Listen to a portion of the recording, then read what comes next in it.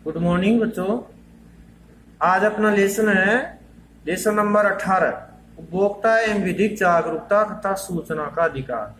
देखिए, इसमें अपने जो वस्तुएं खरीदते हैं और उनको हम काम में लेते हैं तो उपभोक्ताओं के बारे में इसमें विस्तार से दिया गया है और विधिक जागरूकता के बारे में भी दिया गया है। विधि का मतलब होता है कानूनों की जानकारी, कि जो कानून बने हुए हैं उन कानूनों के बारे में हमें जानकारी होनी चाहिए कि हमारी सरकारें क्या काम कर रही है और किस तरह से अपने कानूनों को पारित कर रही है। जैसे इसमें दिया है, पहली बात तो इसकी परिभाषा महत्वपूर्ण है। सामान्य परिभाषा हम कह सकते हैं किसी वस्तु या सेवा का उपभोग करने वाले व्यक्ति को उपभोक्ता कहा जाता है। ये एक सरल परिभाषा है, आप नोट कर सकते हैं। जब किसी वस्तु या सेवा का उपभोग करने वाले व्यक्ति को उपभोक्ता कहते हैं। और इसमें परिभाषा दी है, जब व्यक्ति किसी वस्तु या सेवा का मूल्य देकर उसे प्राप्त करके उपभोग करता है अर्थात लाभ लेता है तो वह उपभोक्ता कहलाता है। उपभोक्ता को संधि विच्छेद किया गया है। उप प्लस भोक्ता अर्थात प्राप्त करके उपभोग करने वाला व्यक्ति। अब देखिए, उपभोक्ता अधिनियम 1986 के अनुसार उपभोक्ता वह व्यक्ति है। ये दिया है अधिनियम 1986। ये अधिनियम इसलिए दिया है क्योंकि 1986 में कानून बना था। कानून हमारी संसद के द्वारा बनाया गया कि उपभोक्ताओं के साथ अन्याय हो रहा है, उनको किसी भी प्रकार से दुकानदार या अन्य कोई भी व्यक्ति जो है शोषण करते हैं, तो हमारी संसद के द्वारा कानून बनाया गया उपभोक्ताओं के द्वारा, इसलिए उसको उपभोक्ता अधिनियम 1986 के नाम से जाना जाता है कानून को। और इसे कोपरा भी कहते हैं क्योंकि कोपरा समिति के द्वारा तैयार किया गया था, इसलिए इसको कोपरा के नाम से भी जाना जाता है। अब देखिए, उपभोक्ता वह व्यक्ति बताया गया है जो किसी वस्तु का या सेवा का मतलब कोई किसी के नौकर का काम कर रहा है और बदले में सेवा प्राप्त कर रहा है या मजदूरी कर रहा है, तो ये कहते हैं कि किसी वस्तु या सेवा के प्रतिफल का भुगतान कर दिया हो अथवा भुगतान करने का वचन दिया हो तो उसको इस अधिनियम 1986 के अंतर्गत रखा है। प्रतिफल का आंशिक भुगतान कर दिया हो अथवा आंशिक भुगतान के व वचन दिया हो। दूसरी बात, प्रतिफल का भुगतान विलंबित भुगतान विधि के अनुसार करने का वचन दिया हो। इस प्रकार ये उपभोक्ताओं के द्वारा दिए गई महत्वपूर्ण बातें। अब देखिए, उपभोक्ता को दो वर्गों में बांटा गया है। दो वर्गों में बांट करके इसको लाभान्वित किया गया है कि उपभोक्ता को दो वर्ग कौन कौन से बताए गए हैं। पहला है माल का उपभोक्ता। अब देखिए, माल का उपभोक्ता से तात्पर्य है कि हम कोई दुकानदार से वस्तु खरीद रहे हैं और उसमें किसी प्रकार की हमें मिलावट मिल रही है, तो वो तो हो गया माल का उपभोक्ता, यानी कोई माल खरीद रहा है तो भी उपभोक्ता है। दूसरी, सेवा का उपभोक्ता, हम किसी की नौकरी कर रहे हैं, जिसे मालो मजदूरी का काम कर रहे हैं या किसी का घरेलू नौकर हैं, तो वो भी एक उपभोक्ता की श्रेणी में रखा गया है। अब इसको व्यक्ति के अधीन बताया गया है कि इस अधिनियम में व्यक्ति शब्द में निम्नलिखित को सम्मिलित किया गया है कि व्यक्ति कौन कौन हो सकते हैं इसमें सम्मिलित। एक तो पंजीकृत और अपंजीकृत फर्म होती है। संयुक्त हिंदू परिवार वो भी इसमें सम्मिलित होता है। सहकारी संस्था होती है, व्यक्तियों का कोई संघ चाहे समितियों के पंजीयन अधिनियम के अंतर्गत पंजीकृत हो अथवा नहीं हो। अब देखिए, उपभोक्ता शोषण के कारण कि उपभोक्ताओं का शोषण क्यों होता है, क्या कारण है कि उपभोक्ताओं का शोषण हो रहा है। आज हम देखते हैं कि उपभोक्ताओं का शोषण इसलिए होता है कि प्रमुखतः विभिन्न प्रकार की प्रतिक्रियाएं होती है, कोई नाप में, गुणवत्ता में, इनमें किसी वस्तुओं में मिलावट में, कोई पैकिंग में, या वह उपभोक्ता जो अशिक्षित है वही धोखे खाता है और उन्हीं का शोषण होता है। देखिए, जब किसी वस्तु या सेवा का प्रतिफल मूल्य भुगतान कर प्राप्त करता है या भाड़े पर लेता है, क्रेता के मूल्य के अनुसार वस्तु या सेवा की लाभ सुविधा प्राप्त नहीं होती है, तब उस स्थिति को उपभोक्ता का शोषण कहा जाता है। अब देखिए, उपभोक्ता शोषण के निम्नलिखित कारण है। बड़ा प्रश्न बनता है कि उपभोक्ता शोषण के प्रमुख कारण लिखिए, तो इसमें 10 कारण दिए गए हैं। 4 अंक का प्रश्न आता है लेसन नंबर 18 में, और वो 10 कारण लिखने पड़ते हैं। जैसे सरल सरल कारण है तुम्हारे बुक में दिया है। जैसे पहला कारण दिया गया है कि गुणवत्ता, मात्रा या शुद्धता के मानकों में बिना करे किया जाना हो। किसी वस्तु सेवा के विभिन्न प्रकार के उपलब्ध होने पर सही वस्तु का सेवा का चयन नहीं होता हो। दूसरी बात, लिखित और अलिखित पूर्ण जानकारी की कमी हो उस पैकिंग पर, और पैकिंग पर लिखित प्रचार का विश्वास कर लेना। दूसरी और नेक्स्ट है उपभोक्ता का अशिक्षित होना। जो लोग खरीदार उपभोक्ता है वो अनपढ़ हैं तो उनके साथ भी धोखा होता है।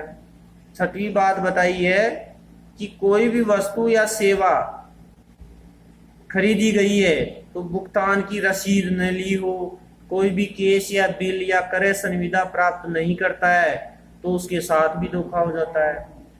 और दूषित या हानिकारक वस्तु सेवा के विरुद्ध उपभोक्ता द्वारा लिखित व उचित तरीके से शिकायत नहीं करना, और शिकायत पर शीघ्र निर्णय नहीं होना तो भी उपभोक्ता के साथ शोषण हो रहा है।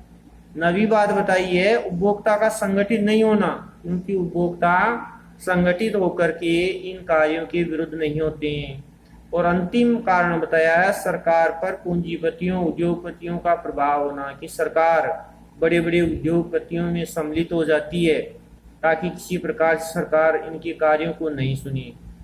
देखिए उपभोक्ता शोषण के प्रकार, कि उपभोक्ताओं का शोषण किस प्रकार हो रहा है। इसमें पूंजीवादी जो अमीर लोग हैं, बड़ी कंपनियां हैं, वो शोषण करने में सबसे अग्रणी रही है। तो इस उपभोक्ता शोषण को 2 वर्गों में बांटा है। बताया है कि उपभोक्ता शोषण के 2 कारण हैं, 2 कारणों में बांटा गया है, माल वस्तु रूप में शोषण व सेवा के रूप में शोषण।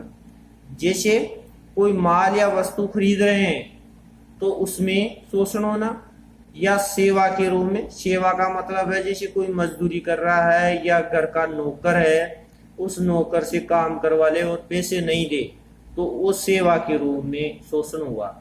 अब देखिए पहला दिया है माल या वस्तु के आधार पर कौन कौन से होते हैं उपभोक्ता। जैसे इसमें शोषण हो रहा है किसी वस्तु का, जैसे मान लो तोल, मात्रा, वजन, माप में कमी करना, बताई गई दर्शाई गई किस्म का नहीं होना, कि पैकिंग के बाहर अच्छी किस्म दर्शा रखी है और उसके अंदर बेकार या घटिया किस्म की पैकिंग आ रही है तो यानी उपभोक्ता का शोषण हो रहा है। तीसरी बात अशुद्धता और मिलावट, किसी भी वस्तु में मिलावट कर देना। और चौथी बात बताइए निर्धारित मूल्य से अधिक मूल्य वसूल कर लेना, पैकिंग पर मूल्य कम है और दुकानदार मूल्य ज्यादा ले रहा है। पांचवा वस्तु की अपेक्षित क्षमता व गुणवत्ता में कमी, वस्तु का असुरक्षित होना, वस्तु के दोषों को जानबूझकर छिपाना जो उपभोग करने पर उजागर होते हैं। अब देखिए वस्तुओं या माल का कृत्रिम अभाव पैदा, अधिक मूल्य तथा घटिया माल खरीदने के लिए उपभोक्ता को मजबूर करना, कि कोई वस्तु दे रहा है तो उपभोक्ता को प्रेरित कर रहा है कि उसमें किसी न किसी प्रकार से घटिया माल डाला हुआ है और खरीदने के लिए उपभोक्ता को मजबूर कर रहा है। तो ये तो माल के आधार पर शोषण हुआ कि उसमें माल घटिया है और लोग शोषण कर रहे हैं। दूसरा है सेवा के आधार पर। अब देखिए सेवा के आधार पर जो बताया है कि सेवा शर्तों के अनुसार समय पर गुणवत्तायुक्त संतोषजनक सेवा प्रदान नहीं करता, जैसे सेवा का असुरक्षित व दोषयुक्त होना। कोई नौकरी कर रहा है या घरेलू नौकर है तो कहते हैं कि उसकी सेवा असुरक्षित हो रही है, यानी कि उसे सेवा करा ले और उसको पगार नहीं दे तो उसके साथ धोखा होता है। सुविधा लाभ के स्थान पर हानि पहुंचाना, जैसे मान लो घरेलू नौकर को क्या क्या सुविधाएं हैं, उसको रहने के लिए मकान चाहिए या वहां पर क्या क्या सुविधाएं मिलेगी और उसको हानि पहुंचाए तो ऐसी सेवा का नुकसान होता है। शारीरिक, मानसिक, बौद्धिक क्षति पहुंचाना, मान लो कोई नौकर काम कर रहा है और उसको बार बार प्रताड़ित किया जा रहा है या कोई गलती से काम गलत हो जाता है तो उसको शारीरिक दंड भी दिया जाता है, तो उसको हम सेवा का शोषण कहते हैं। इस प्रकार शोषण 2 प्रकार से हुआ, माल के या वस्तु के आधार पर शोषण और दूसरा सेवा के आधार पर शोषण के प्रकार। तो इसमें देखिए उपभोक्ता के अधिकार, ये उस समय की बात है कि 1960 के दशक में उपभोक्ताओं के साथ बड़ा अन्याय होता था, कालाबाजारी होती थी और हर चारों तरफ से उनका शोषण ही हो रहा था। जब हमारे भारत में 1960 के दशक में, तो उपभोक्ताओं ने धीरे धीरे आवाज उठाना शुरू किया कि हमारे इस वस्तुओं में मिलावट आ रही है और धोखाधड़ी हो रही है। तब फिर 1970 के दशक में जाते जाते संसद में इस बात का विचार हुआ कि उपभोक्ताओं के साथ शोषण हो रहा है, उसके लिए कानून बनाए जाने चाहिए। तो कानून बनाया गया 1986 में। भारतीय संसद, जैसे हमारी संसद है नई दिल्ली, तो नई दिल्ली में कानून बनाया और 1986 में कुछ अधिकार मिले और कुछ अधिकार 2005 में दिए गए उपभोक्ताओं को। देखिए इसमें विस्तार से दिया गया है कि उपभोक्ता संरक्षण का क्षेत्र माल विक्रय अधिनियम 1930 शुरू माना जाता है। उपभोक्ता संरक्षण अधिनियम 1986 पारित किया कि कानून बने 1986 में जाकर के, और उपभोक्ताओं का शोषण हो रहा था 1930 से ही शुरू हो गया था। इस अधिनियम का उद्देश्य था उपभोक्ताओं के हितों की श्रेष्ठ संरक्षण व्यवस्था करना। अधिनियम 1986 में धारा 6 में उपभोक्ताओं के संरक्षण एवं संवर्धन करने के लिए निम्नलिखित अधिकारों का प्रावधान किया गया कि 1986 में हमारी संसद, हमारे नेताओं के द्वारा जो कानून बनाया गया उसमें निम्न अधिकार दिए गए, जिनमें 6 अधिकार दिए गए।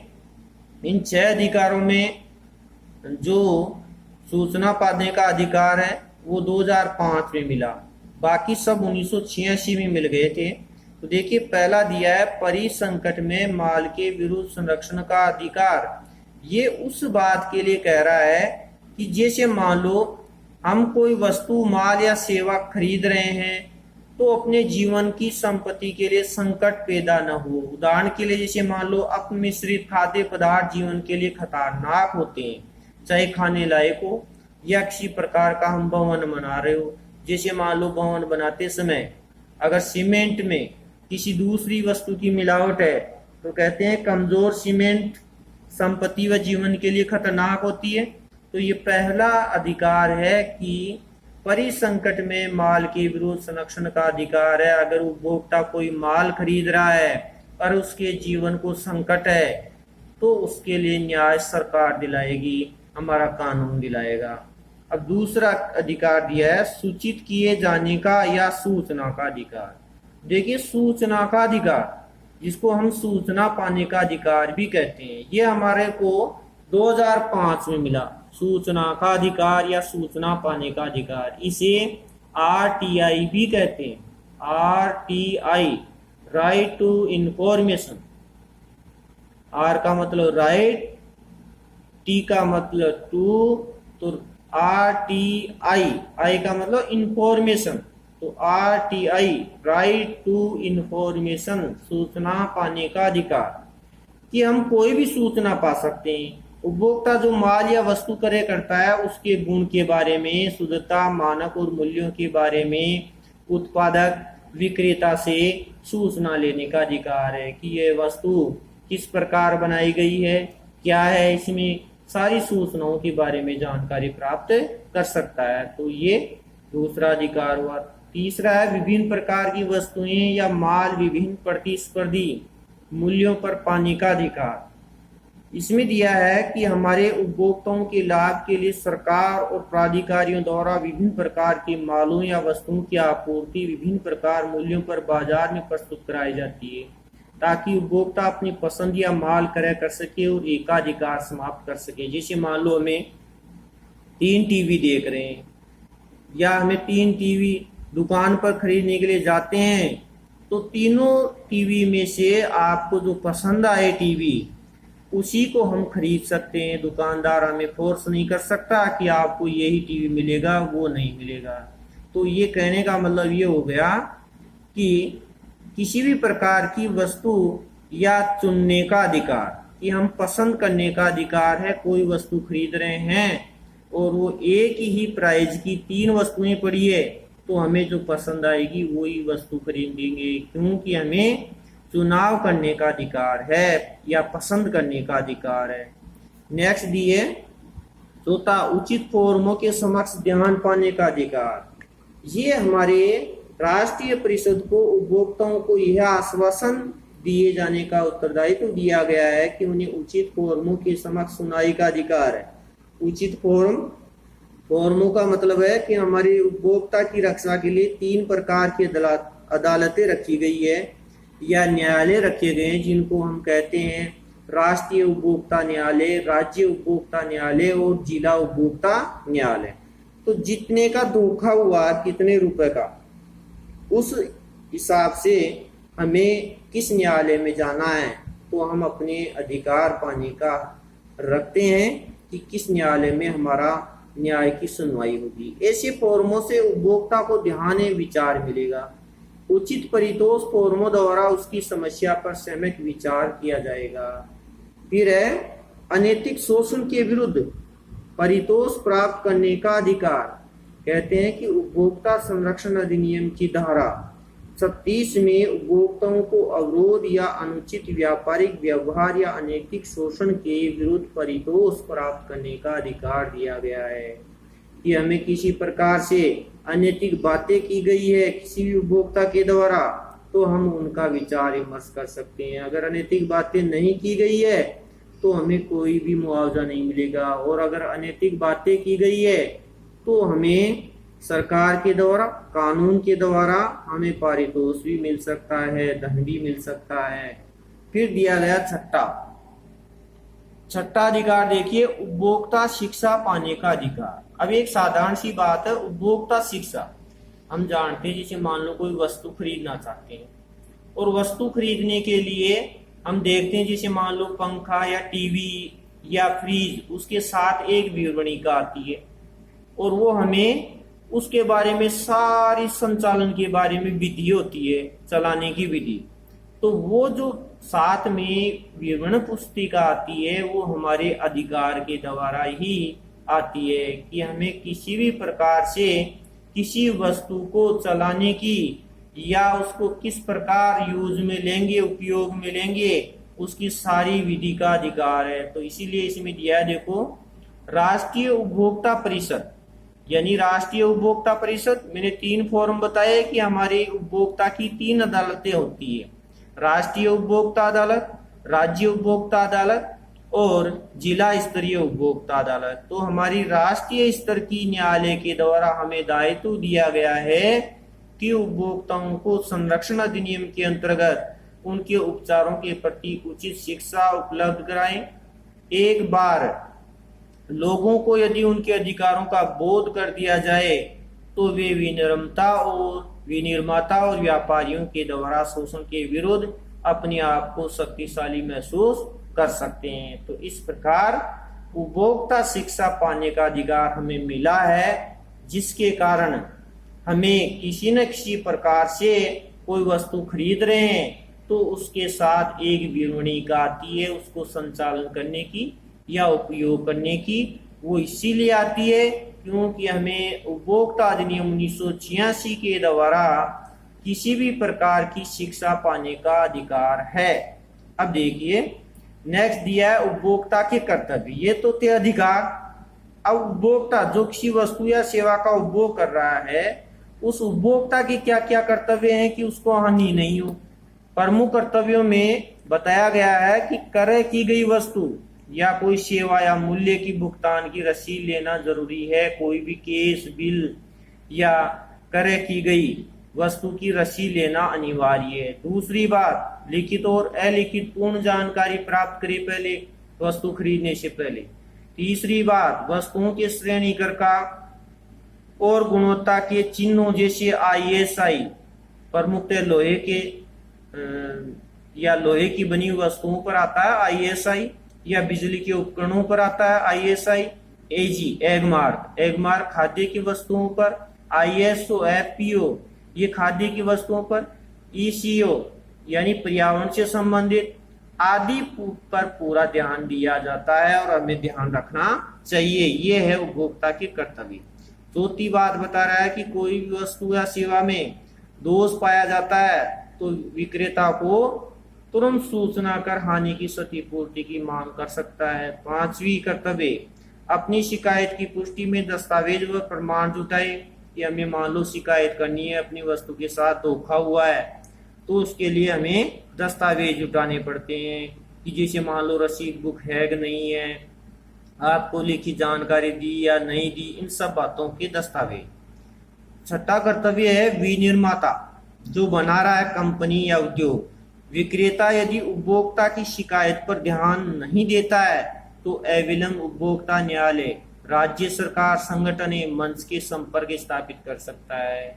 अगर उद्योग विनिर्माता है, बनाने वाला व्यक्ति है या बेचने वाला व्यक्ति है, और हम शिकायत करते हैं, उसको शिकायत करने पर भी वो ध्यान नहीं देता है, तो हमें उपभोक्ता न्यायालय में जाना पड़ता है। अब वो उपभोक्ता न्यायालय जैसे मान लो राष्ट्रीय उपभोक्ता है, राज्य है या जिला स्तरीय है, तो उसके लिए हमें 3 प्रकार की न्यायालय मिले और उन न्यायालयों का हमें विवरण जानना है। तो ये तो है हमारे कर्तव्य। अब देखिए उपभोक्ता विवाद निवारण के लिए किए गए उपाय, कि क्या काम किया गया है, इसके लिए क्या क्या उपाय होने चाहिए, ये हम आपको कल नेक्स्ट बताएंगे। धन्यवाद।